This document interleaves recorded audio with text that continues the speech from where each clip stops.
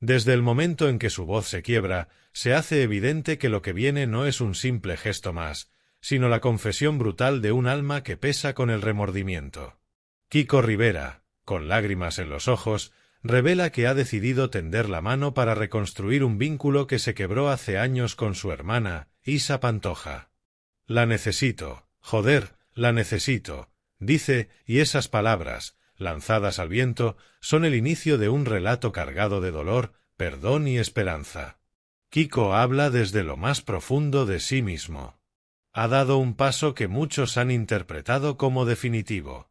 En una entrevista en la que no teme mostrar vulnerabilidad, admite que su relación con Isa ha sido tan turbulenta como su propia vida. Ha asumido errores, ha pedido perdón y ha puesto sobre la mesa algo que parece sencillo, pero no lo es. Su mano tendida, la posibilidad de sentarse frente a ella, mirarla a los ojos y reparar todo lo que esté roto. Reconoce que no ha sido ni el hermano ni el hijo que debió ser, pero quiere cambiar eso. Confiesa que ha llorado más de una vez solo al pensar en el pasado, en las palabras que se dijeron, en los silencios que se alargaron hasta convertirse en muros. La sombra del episodio de la manguera se cierne sobre su disculpa. Esa parte del pasado que, cuando sale a relucir, abre viejas heridas.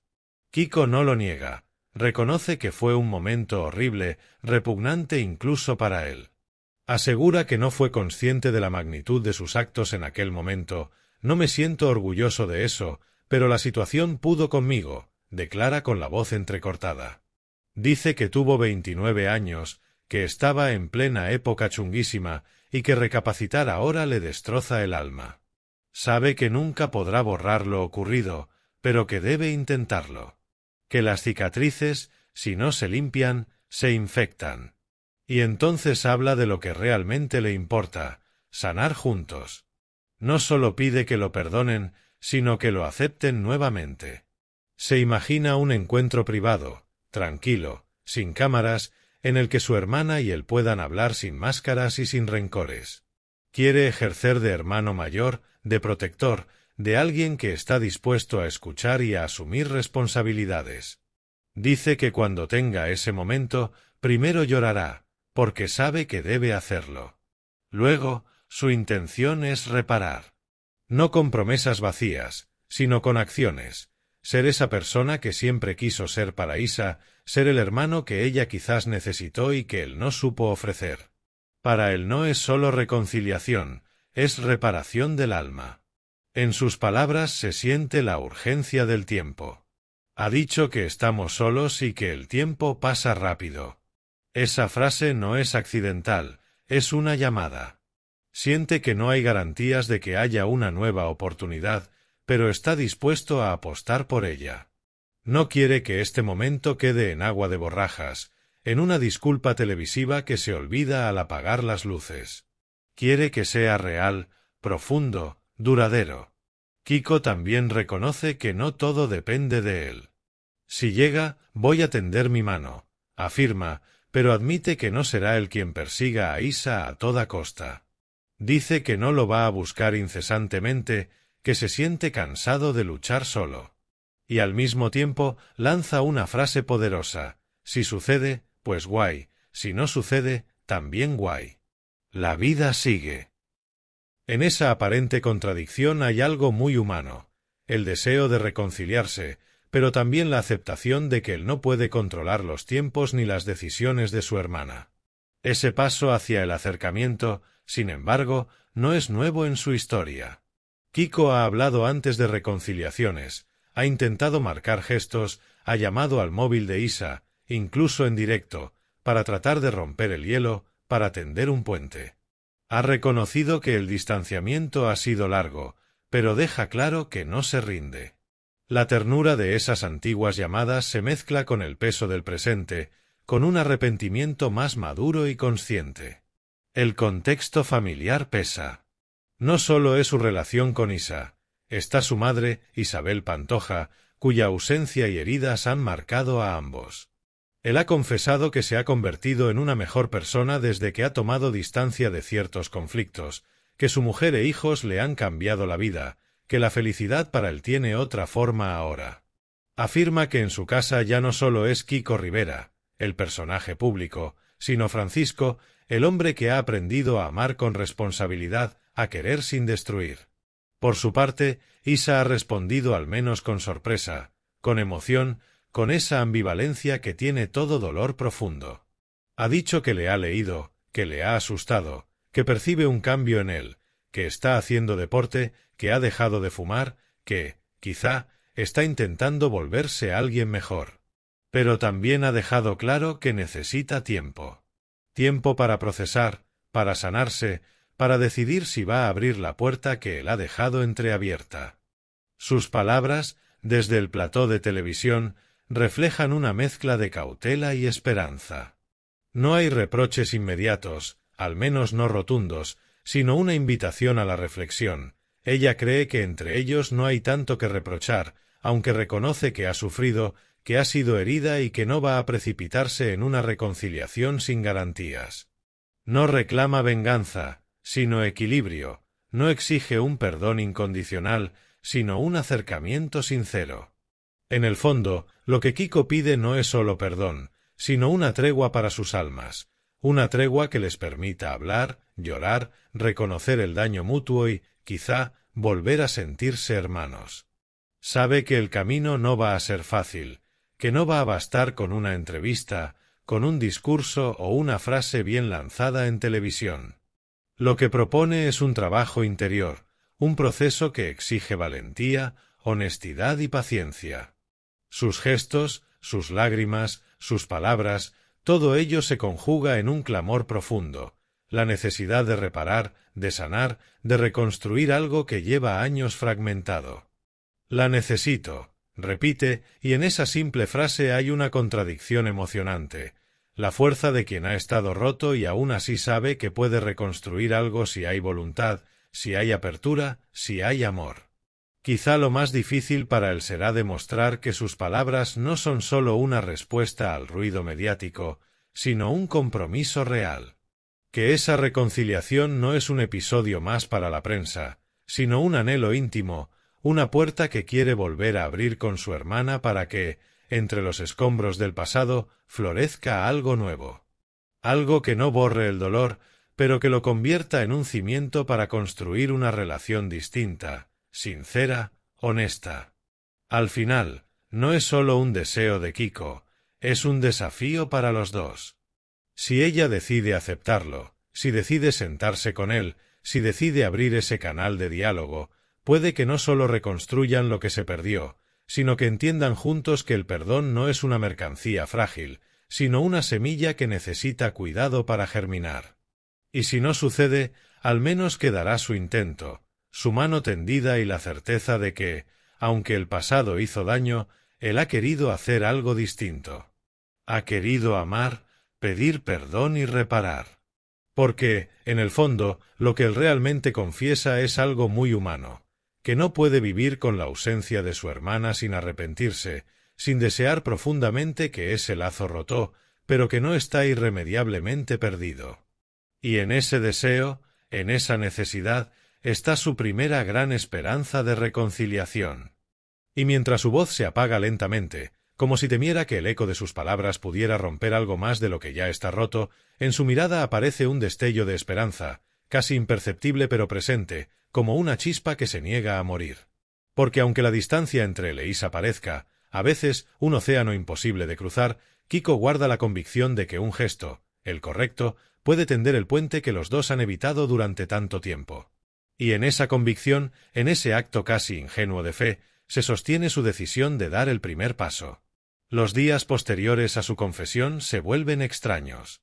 Él mismo lo admite, se siente vulnerable, nervioso, como si cada movimiento que hace pudiera estar siendo observado por 1.000.000 de ojos juzgones que esperan ver en qué dirección se inclina la balanza. Pero el juicio de los demás, aunque le importe, ya no le determina. Algo ha cambiado dentro de él. Lo repite mientras camina por los pasillos de su casa en silencio, mientras mira fotos antiguas, mientras recuerda momentos que creía olvidados. En una de esas fotos, aún guardada en un cajón que rara vez abre, aparece él con Isa en una playa, los dos sonriendo sin la sombra del rencor detrás de ellos. Era otra época, otra vida, otro Kiko y otra Isa. Y sin embargo, esa imagen le recuerda que hubo un tiempo en el que eran familia sin condiciones.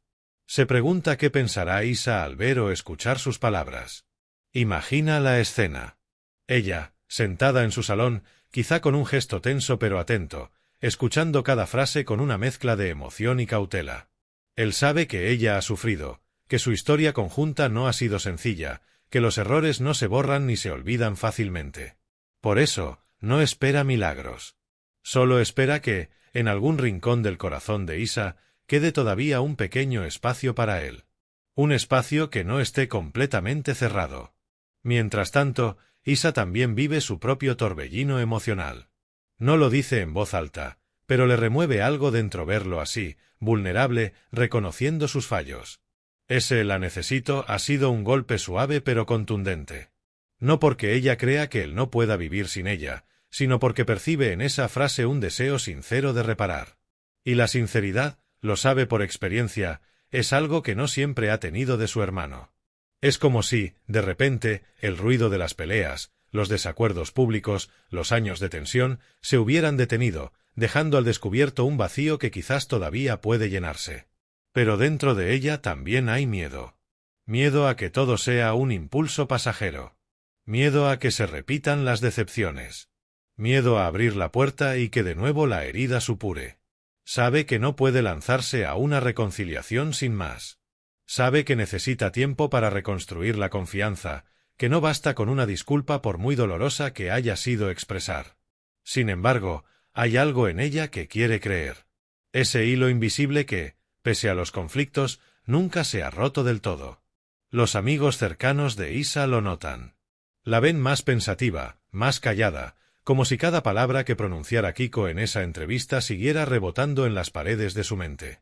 Ella intenta hacer su vida normal, seguir con su trabajo, cuidar de su hijo, disfrutar de su día a día, pero hay momentos en los que se queda mirando al vacío, preguntándose si ya es el momento de dejar atrás el pasado. No por él, sino por ella. Porque arrastrar rencores pesa, y a veces pesa demasiado. Mientras todo esto ocurre, Kiko se sienta en su estudio de música, su refugio. Allí, entre acordes dispersos, recuerdos que duelen y silencios que abruman, intenta ordenar sus ideas. Le resulta difícil componer. No por falta de inspiración, sino porque su mente está en otro lugar. Cada sonido que sale de sus manos en el teclado le recuerda que necesita hablar con Isa. Que necesita que ella lo escuche. Que quiere mirarla a los ojos sin cámaras, sin público, sin máscaras. Y que, si pudiera, gritaría de nuevo esas palabras: "Te necesito". Pero sabe que no puede insistir de una forma que la presione. No quiere empujar, solo abrir. El entorno mediático, por supuesto, no facilita nada. Los programas de televisión comentan cada gesto, cada palabra, cada silencio. Se hacen debates sobre si la reconciliación será real o no, sobre si Isa aceptará o no la mano tendida, sobre si este es otro capítulo más de la novela interminable de los Pantoja. Kiko intenta no escuchar, pero es imposible aislarse del todo. Aún así, continúa firme en su propósito. No se trata de dar espectáculo, sino de sanar. En paralelo, la noche antes de que él hiciera pública esa confesión, había llegado a su vida un mensaje de alguien que no esperaba. Un viejo amigo que conoció cuando era joven, cuando su vida iba por otros caminos. El mensaje decía simplemente: hay que tener valor para pedir perdón. No lo pierdas. Kiko, que en ese momento dudaba si debía o no hablar, sintió que esas palabras eran una señal. Una pequeña, sí, pero suficiente para empujarlo a abrirse ante el mundo y, más importante aún, ante su hermana. La madre de ambos, Isabel Pantoja, observa este movimiento desde una distancia prudente pero cargada de emociones. Ella también ha visto cómo sus hijos se han distanciado, cómo la familia se ha fragmentado, cómo los conflictos han dejado marcas profundas. Quizás, en lo más íntimo, ella también desea una reconciliación.